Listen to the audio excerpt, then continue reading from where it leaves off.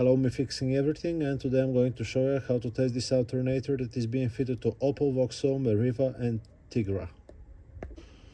Something that is good to know before we start: you don't need to remove the alternator from the vehicle, you just need to disconnect the battery and the positive cable and the connector here on the side, I'll show you in a second.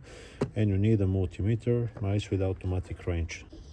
Okay, now you can see that the alternator is moving. That's good, it's not blocked, because it happens. Sometimes the alternator gets stuck, mechanical problem. Now we'll test the electrics. What you need to do is remove the 13mm nut from here, remove the cable, the positive wire. Don't forget to disconnect the battery. Remove the communication wire here, unplug it, and now here sometimes there is 8mm nut, sometimes there is not, sometimes there is like a retaining clips. This plastics gets removed like this.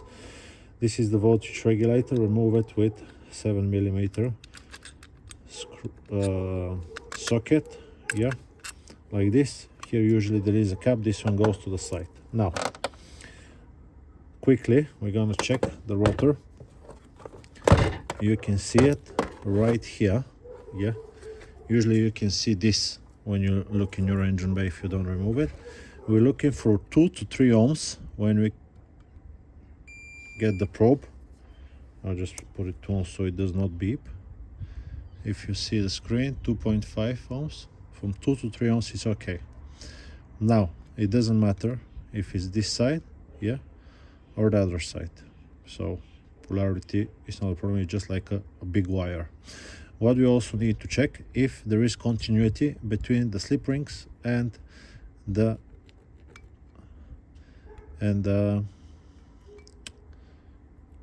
casing of the alternator. This is 16 mega ohms, so that's okay. And now we'll check the other side.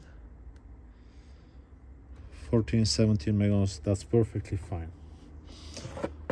Mega ohms is a very large number, so it's like nothing. Now, next thing we're going to check is the rectifier bridge. What you want to do: take the negative probe, black one, put it onto here.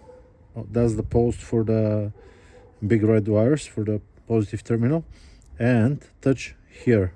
Okay, this will check the diodes. We're looking for 0.5, 0.45, it's okay. 4.5 is okay. 4.5 is okay. So that's the first three.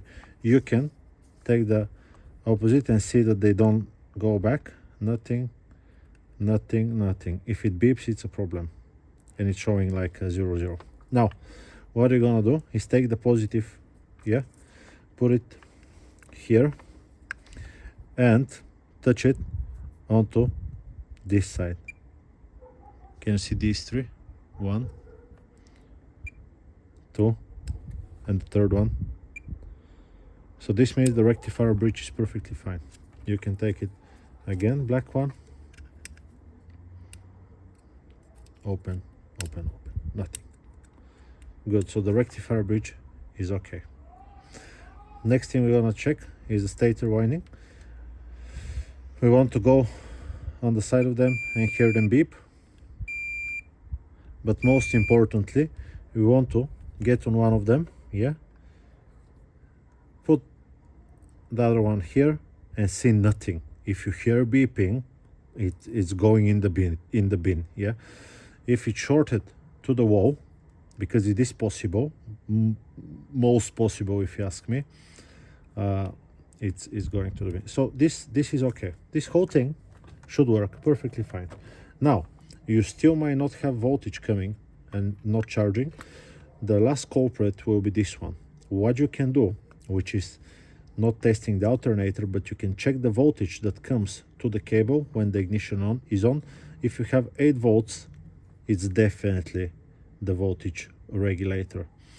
Unfortunately, other than the brushes, you can see these brushes are brand new.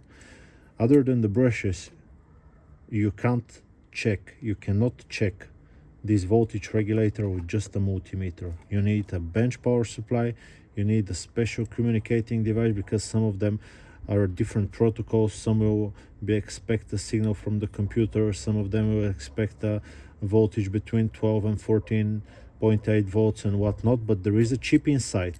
Yeah, there is a chip with almost like 15 wires inside, so you cannot check the voltage regulator with a multimeter. If you know way, tell me, I'll be very happy to see. But that's generally what you can check on your alternator. Stator is okay, it's not shorted. Rotor is okay, it's not shorted. Rectifier bridge is okay. Brushes, look how long they are, perfectly fine. Other thing, it's the signal to the voltage regulator. I hope this video, and it turns. This one is not the best. Yeah, you can hear the bearing, but it does work. So that's how you can test. Some of them are 100 amperes, this is 170, some of them are a little bit less, but they're exactly the same.